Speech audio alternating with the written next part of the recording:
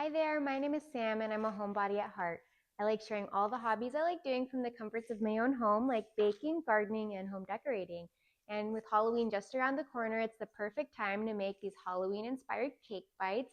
These are little ghost-shaped cake bites. They're a nice alternative to cake pops. All you need is a little silicone mold, and it comes together pretty easily. So let's go ahead and get started. So to get started with our cake bites, we're going to want to go ahead and make our cake. I use store-bought ready-to-use cake mix. You can make it from scratch if you prefer. The cake bites are a little bit of a process, so I do what I can to speed things along. And we're going to be mixing our cake with frosting. So this one, once again, store-bought ready to use, but you can make it from scratch if you want. So let's go ahead and put this together. So first thing with making our mixture, we're just going to go ahead and grab some cake over here. I don't have any specific measurements. It might vary depending on which cake flavor you choose and which frosting. Okay, and this one definitely I did not worry about making it pretty since we're going to be mashing it all up together. Usually I try to start with just half the cake first, work in smaller batches. Okay, get that in here. Go. Okay, and then just going to break up this cake over here. So we're just going to get it as close as we can to a crumb-like consistency. Okay.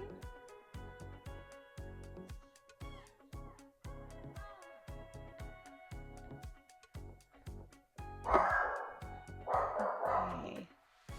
And then once we have our cake kind of crumbed up, I like to add a little bit of frosting to start. Again, I don't have any specific measurements here. I kind of just scoop some of it out, start mixing, and eyeball it. So let's see.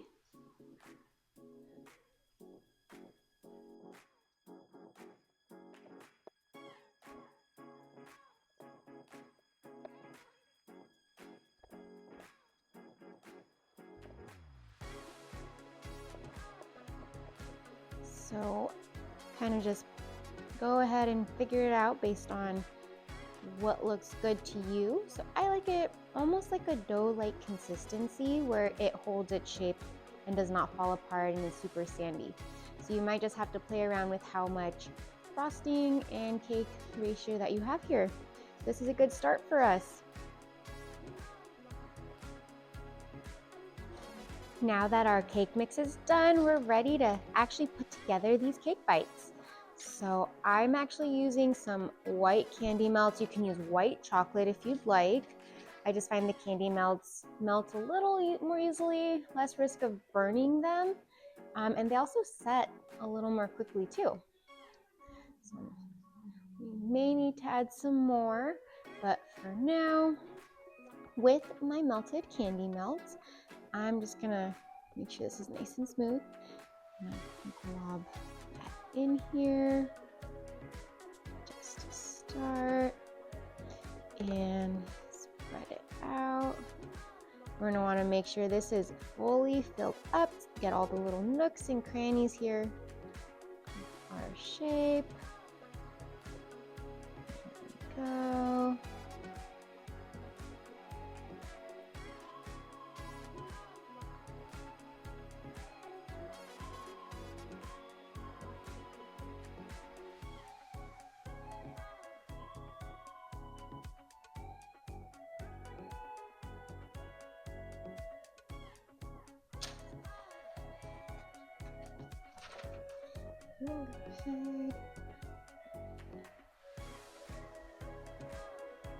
That'll help filling all of this up.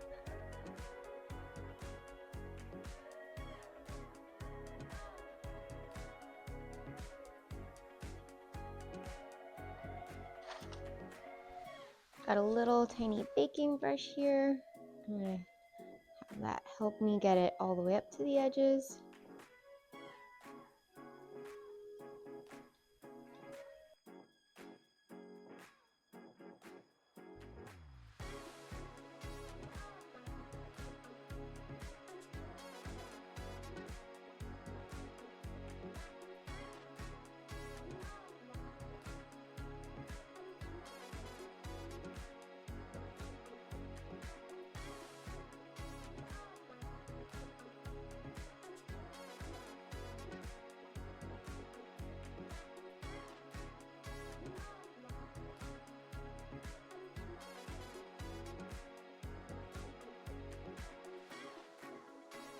add just a little bit more here.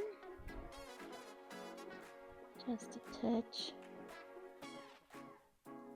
And whatever's left over is going to end up covering the top anyways.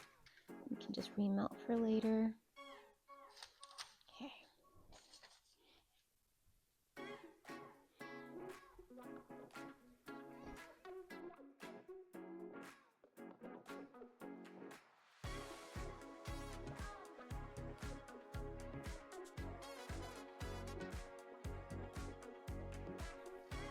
Now that our shells are filled in, we're going to set this in the fridge. I'm going to let it sit for about 10 to 15 minutes just to get it nice and firm. And now that our ghost shells have set, they've been in the fridge for about 15 minutes at this point, I'm going to go ahead and do that cake base that we mixed together and push it inside and stuff it before we fill it.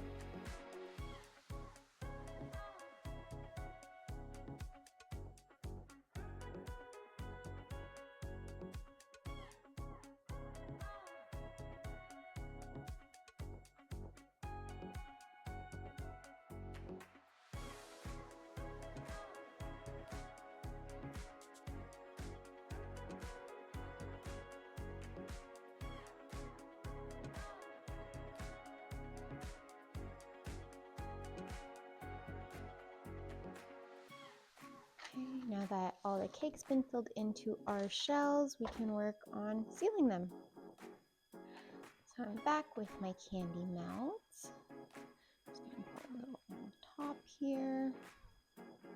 Spread it out as much as I can.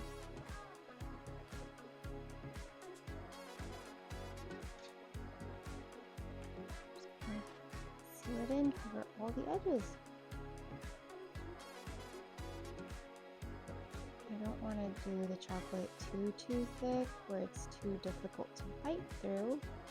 I want it just enough that we can seal everything in so none of our cake comes out.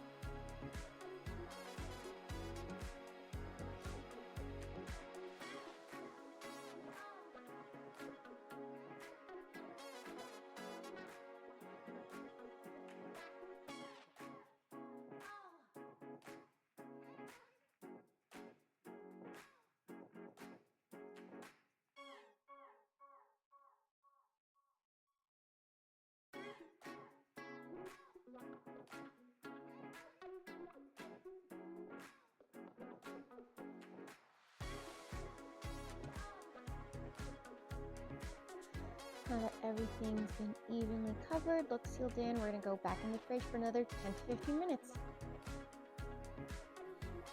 Now that our little ghosties have set, we can go ahead and try to pop them out. Let's see. Now hopefully we can get everything out in one piece. I like starting at the edges here. This is like when you're pulling ice out of the ice tray, but a little more nerve-wracking because you want to be extra gentle. So once I have the edges pulled apart, put my hands center of the bottom and try to just gently apply force. Whoops. And here we go, our first one.